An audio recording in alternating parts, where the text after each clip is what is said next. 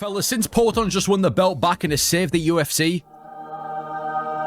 I thought we'd rank every single Alex Pereira fight in the UFC. He's had a couple of fights in the UFC. He's had quite a long MMA career in such a short amount of time. So I thought we'd rank every single one of his fights in the UFC. S tier to D tier. S tier obviously being this is one of the best Alex fights we've had in the UFC. D tier being this sucked for an Alex fight. And we'll start off with this weekend's fight, Ankalaev versus Porton 2.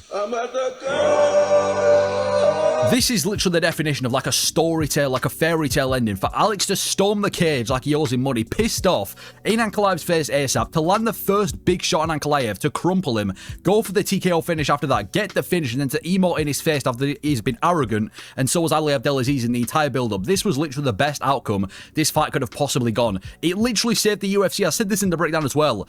Porton winning, it's not even a case of Porton versus Ankalaev. It is literally for the sake of the UFC. There's so many more big fights now that Porton's a champion. He's much more of an enjoyable champion, much more active champion, much more entertaining champion. He saves the UFC, saves the pay-per-views. So I'm going to stick it in S tier. I think this is one of the most satisfying Porton wins we've had in the UFC. Again, because it was like such a big difference between Ankalaev being a champion and Porton being the champion, and the way that he did it, you couldn't have asked for a better ending. To not waste any time, get in his face, knock him out like it's easy, run through him like it's nothing, and then to get the finish and emote in the way that he did. I think that's one of the most satisfying Porton wins in the UFC. The execution, the way that he did it, the fact that it means so much to the UFC, because if Porton would have done that to somebody like Yuri Prochazka, for example, it wouldn't really have mattered that much, because even though Porton would have been a champion, Yuri would have still been a good champion as well. But I think the fact that Ankalaev is one of the worst champions we've had in modern history, Porton's one of the best champions we've had in modern history, and then to do it in that fashion, that's going instantly in S tier. One of the best moments of 2025, probably the best moment of 2025, and one of the best in modern history.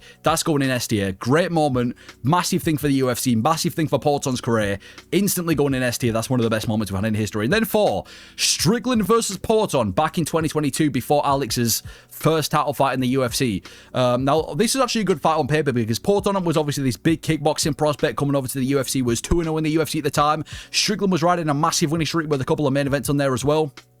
And Porton just goes out there, chins Strickland easily. And that was when, like I said, Strickland was on a winning streak and was quite respected in the UFC. Knocks out Sean Strickland, gets the finish, sets up the fight with Adesanya. So I'm going to put Strickland versus Porton in B tier. Obviously, he can't really go in A tier or S tier because it wasn't a title fight. It didn't mean too much for the division. But the fact that this is the fight that kind of set up Pereira versus Adesanya, it's a significant thing. And, I mean, knocking out Sean Strickland like that ain't an easy thing to do. How many times have we seen Strickland get finished in the UFC? So for Porton to do it, it was a massive highlight reel against a big name.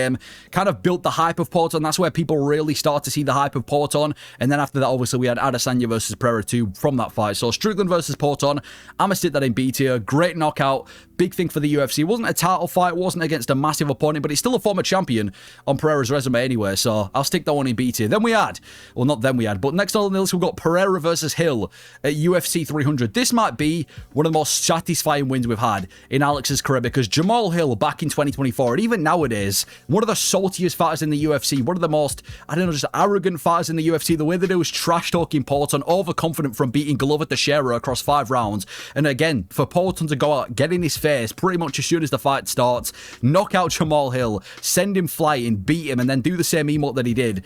Another massively satisfying win for Alex Pereira. So I'm going to stick Pereira versus Hill all the way in S tier. Again, it's the fact that he did it to Jamal Hill, the arrogant, the cocky, the salty Jamal Hill, to get humble. I mean, he didn't even get humble, to be honest, because he was still trash-talking after that, but it was a little bit of a humbling from Porton to knock out Jamal Hill in the way they did it at UFC 300, keep the belt. Yeah, that was a satisfying win. Pereira versus Hill, I'm going to stick that one in S tier. Then we've got Jan Blachowicz versus Alex Pereira at Porton's 205 debut in the UFC.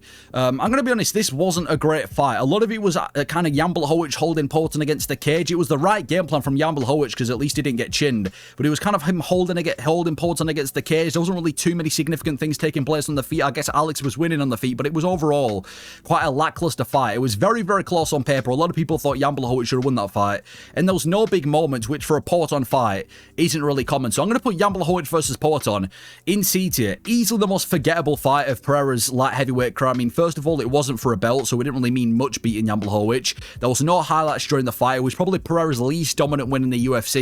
So I'm going to put that one in C tier. Wasn't a great fight. Didn't have massive outcomes, quite forgettable. So it wasn't an awful fight. It wasn't like the worst fight in UFC history. You know, it wasn't I mean, at least Alex still won as well, which set up his title fight with Prochazka. But the fight itself, quite forgettable. Kind of a bit of a stepping stone fight, and he didn't even win it dominantly. So Jan Blachowicz, Alex Pereira, I'm going to stick that one in C tier. Then we've got Yuri versus Poatan, the first fight at UFC 295. Obviously, it's replaced Jones versus Stipe for the belt at 205. This was a fire fight. This was such a good fight on paper because you had Yuri coming back from his injury, Poatan, who was obviously just beat Jan Blachowicz at 205, and the fight itself was good, and it was back and forth as well. It wasn't just a one-sided beatdown from Poatan. Obviously, eventually Poatan shinned Yuri, but it was actually a really fun fight while it lasted. They both landed some significant strikes. Poatan started to lead in Poatan's favour, lands the big left hook on Yuri. I think the only bad thing about this fight is that it was a bit of a controversial finish because Poatan drops Yuri, goes for a bit of ground and pound, then Mark Goddard stops the fight, and immediately as he stops the fight, Yuri's back up protesting. So there was a bit of controversy after Poatan won, people saying that he didn't win in a dominant fashion, but I'm going to stick this one in A tier. I mean, you've got, if you're going to put Yuri and Pereira in an octagon, there's no way it's been anything lower than an A tier. So I'm going to stick that one in A tier. The fight itself was fun. You know, two of the most crafty strikers at 205. One of the best fights you could have made on paper. The fight delivered, and obviously Poatan going to finish. It was a bit controversial, you know, for the fact that I did think it got stopped a little bit early, but it probably would have been stopped regardless. So Yuri, Poatan, I'm going to stick that one in A tier. And then we've got Andreas Michailidis versus Alex Pereira for Pereira's UFC debut there. Obviously, this was the first fight that Poatan had in the UFC, coming to the UFC at 3-1 on the prelims of a pay-per-view, I'm pretty sure he did. And it was a sick knockout. If we're talking in terms of pure highlight reels, this might be one of the most visually aesthetic knockouts of Pereira's career. The fly or the jumping knee straight to Andreas to knock him out cold with they did. In terms of pure highlights, this might be the best pure highlight of his career. Obviously, he did it against a nobody. He didn't do it against any ranked fighter or anything, but it was Poatan's first fight in the UFC. He made a statement. He got the highlight reel. He got people hyped. So I'm going to stick that one in B tier. Similar to Strickland versus Pereira. The highlight itself was, like I said, I think one of the best highlights in the UFC for Poatan back at middleweight. It was his debut. Wasn't a big fight. Didn't have too many people watching. Wasn't against a big opponent, but still a good highlight. Still a good debut. One of the best debuts in modern history. I'm going to say that one in B tier. And then we've got Pereira versus Roundtree last October at UFC 307. This was one of the, I think this is probably the best fight that Pereira's had in the UFC in terms of just pure, like, fight of the year contender. This was a back and forth scrap because previously Poatan was just slumping everybody, and this was an absolute dogfight. Obviously, Poatan was leading the dance, but Roundtree had his moments as well. You know, Roundtree was firing back. Poatan was kind of beating up on him, but then there was also times in the fight where Roundtree looked good. You know, I think the first round probably went to Roundtree. He dropped Poatan. He landed a couple of big shots. You've got one of the best Muay Thai strikers in that division versus Poatan. It was a good fight. Poatan ends up eventually getting the finish after absolutely beating up on Khalil Roundtree, but Roundtree's chin held up. It ended up being an absolute fucking dogfight, and this obviously rose the stock of both of the fighters, even Roundtree coming off a loss. So I'm going to put that one all the way in S tier. It was 4 rounds. I'm pretty sure it was 4 rounds as well. So we got 4 rounds of the fight, and it was just a fucking dogfight. Roundtree constantly walking forward, had success against Poatan early on. Poatan fires back, starts beating up on Roundtree like a punching bag, eventually gets the finish. One of the best fights of 2024. One of the best title fights we've had of Poatan's career. And I think, like I said, for a pure fight itself, I think it's the best that Pereira's had in the UFC because he couldn't just go out there and start Roundtree and get a highlight reel ASAP.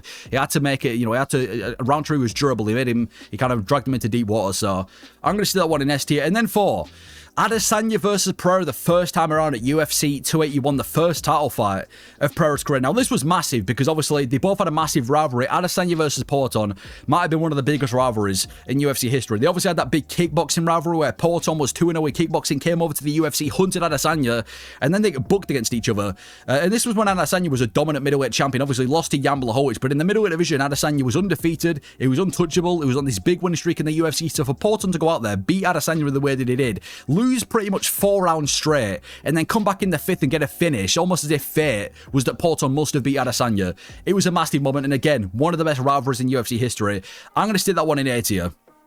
The fight itself wasn't massive, like there wasn't too many massive highlights in the fight, but as far as high-level striking goes, you're not going to see many high-level striking matchups as much as Adesanya versus Pereira in the UFC. Some of the best strikers in modern history, and again, the way that it happened, Poatan being 4 rounds down against Adesanya, but being 2 rounds up in the record book, and then going out there in the 5th round, getting the finish over Adesanya, stopping his middleweight reign to become the champion, dethroning Adesanya.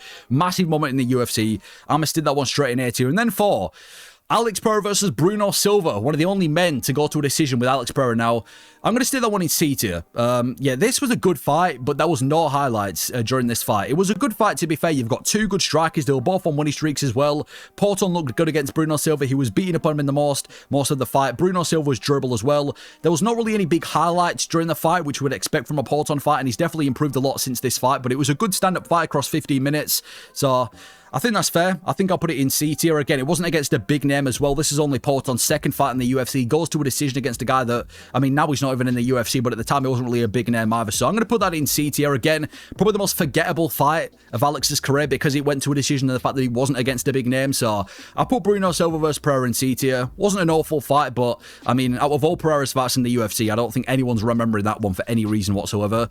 And then 4, Yuri versus Porton 2 at UFC 303 on short notice. After, obviously, McGregor and Chandler ends up getting pulled out, and this was the replacement fight. Yeah, obviously, this was on short notice, and, yeah, I mean, Porton knocked them out twice in a single fight. Knocked them out in the first round in the last 10 seconds. Fight gets stopped. Second round starts. Boom. Head kick to the face. Drops Yuri. And this is kind of what separated the Yuri and Porton discussions in the UFC. Now, obviously, you can also argue that it was a bit kind of unfair because it was on short notice. They didn't have a full training camp. Yuri wasn't preparing for a full training camp, but I'm going to put this one in A tier as well. I think if this had been like a full training camp, no excuses again, it probably would have made it to S tier, and it wasn't really a competitive fight whatsoever. Porton dominated this fight. Like I said, dropped him in the last like 5 seconds of the first fight, which I think if that round would have continued, you would have got the finish. Second round starts, head kick, boom. I think is one of the best highlight reels of Alex's career, that head kick that he got over Yuri. But yeah, I'll put that one in A tier. Definitely one of the best highlight reels. Again, you put Yuri and Porton against each other, it's never going to be anything lower than A tier, so I'll stick that one in A tier. And then 4, Ankalaev versus Pereira, the first time around earlier on this year at UFC 313. This was awful, man. I mean, this has to be the most boring fight of Porton's career because, I mean, the grappling exchange, just nothing happened. A lot of it was Ankalaev just holding Porton against the cage. Porton was lackluster on the feet. He wasn't walking forward like he did in the second fight. He looked very timid against Ankalaev. Barely any significant strikes got through in this fight. It was just a very boring fight across 25 minutes. Ankalaev wins as well, which was the beginning of the Great Depression for the UFC because we've lost one of the biggest stars and one of the worst champions in modern history has become Iranian Ankalaev. So I'm going to have to put that one in only D tier. Easily the worst fight of Alex's career. Not only the fight itself was boring, I think it, like I said, was the most boring fight of his career, but again, the fact that Alex lost, Ankalaev became a champion. This was like the Great Depression of the UFC, especially after such a big 2024 that Alex had. So yeah, that's going straight in D tier. Ankalaev was the worst champion in modern history. The fight itself was boring. Sticking that one straight into D tier. And then we've got Adesanya versus Pereira 2, the rematch at UFC 287. I'm sticking that one all the way in S tier. I think this might be one of the best fights. I did a video a couple of weeks back talking about the best main events we've had in modern history.